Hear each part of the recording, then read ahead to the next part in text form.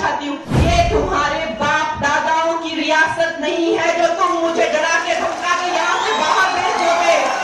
जब से मेरा नाम अनाउंस हुआ है, इनके इतनी मिर्ची लग रही है, इतनी मिर्ची लग रही है कि दिन रात मुझे अपमानित करने में, दिन रात मुझे कलंकित करने में, मुझे दोष लगाने में दिन रात लगे हुए हैं।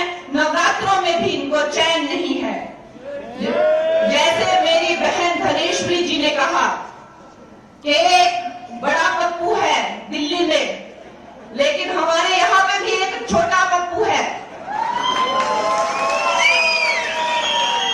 वो कहता है कि मैं गौ मांस खाती हूँ और उसके पास एक वीडियो है, तो वो वीडियो दिखाता क्यों नहीं है? उसके पास कोई तो इस चीज का प्रमाण होगा कि उसने मुझे गौ मांस खाते हुए कहां देखा। कोई रेस्टोरेंट का बिल होगा, कोई फोटो होगा, कोई इंटरव्यू होगा। झूठा और एक नंबर का पलटूबाज है ये छोटा पप्पू।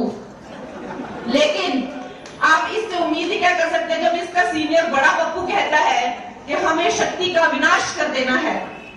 जो भी हिंदू धर्म की जो शक्ति है, देवी शक्ति जो है, उसका विनाश कर देंगे। तो जब बड़ा पप्पू ऐसे बातें करता है तो छोटे पप्पू से क्या उम्मीद की जा सकती है? छोटा पप्पू मुझे कहता है कि ये कलंकित है, ये अपवित्र है और इसको देवभूमि में आके पवित्र होना चाहिए। मैं उसको पूछना चाहती हूँ कि उसे क्यों लगता है कि मैं अपवित्र हूं? क्योंकि मैंने अपने बाप के नाम के बिना, अपनी माँ के नाम के बिना, अपने आप खुद अपना नाम मुंबई नगरी में बनाया, इसलिए उसको लगता है मैं अपवित्र हूं। उसको क्यों लगता है मैं अपवित्र हूं? क्योंकि मैं पॉलिटिक्स में आना चाहती हूं। उसकी क्यों जलती है कि मैं पॉलिटिक्स में आना चाहती हूं? मैं अपनी महिला बहनों को पूछना चाहती हूं कि ये जो पुरुष प्रधान समाज है, आज तक हमने इनको वोट दिए हैं, आज तक हमने सब सपोर्ट किया है, लेकिन आप अपनी आंखें बंद कीजिए और अपने आप से पूछिए, जब आप सोचते हैं कि सेंटर में कितनी महिलाएं हैं, मिनिस्टर कितनी महिलाएं आपके सामने आती हैं? 2-3। आप जब राज्य में सोचते हैं कितनी महिलाएं मंत्री या मुख्यमंत्री हैं, कितनी महिलाएं आपके आंखों के सामने आती हैं? 2-3। यही क्या हमारी बेटियों का भविष्य है?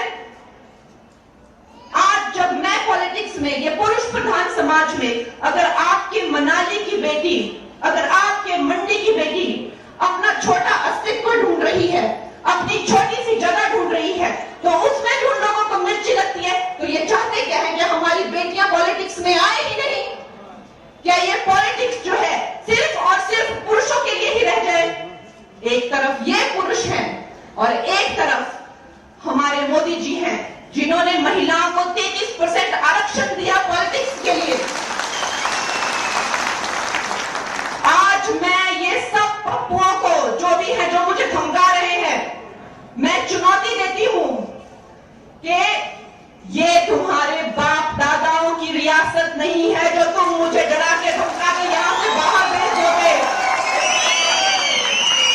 ये नरेंद्र मोदी का नया भारत है।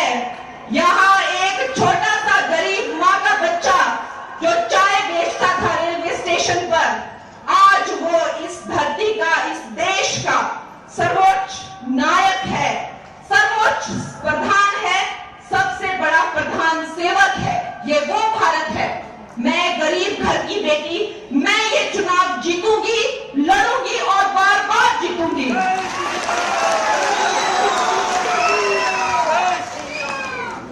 ऐसे राजा बेटा मुझे बहुत मिले हैं, यही नहीं मिले, हर जगह मिले हैं।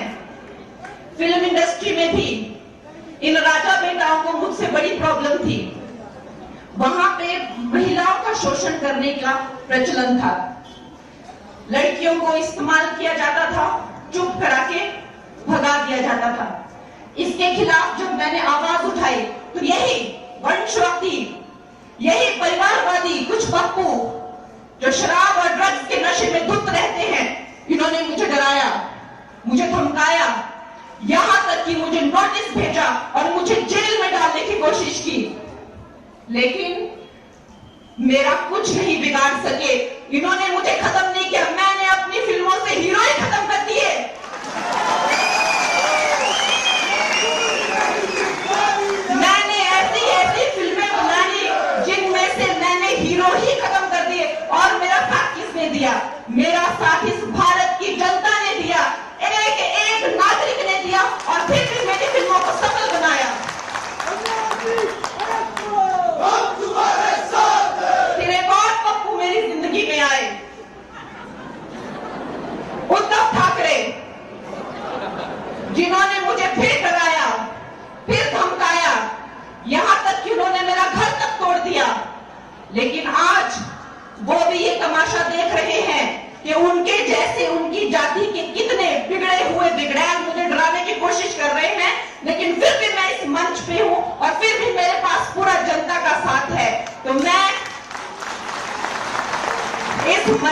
की धरती से, माता हडिम्बा की धरती से ये प्रण लेती हूँ कि मैं यहाँ वापस आऊंगी और आप लोग जब मुझे विजय बना के यहाँ वापस लाएंगे तो हम अपनी बेटियों के लिए और अपने समाज के लिए एक बहुत बड़ा उदाहरण बनाएंगे कि हमारी बेटियां हर क्षेत्र में लड़कों के साथ चलेंगी और बिल्कुल पीछे नहीं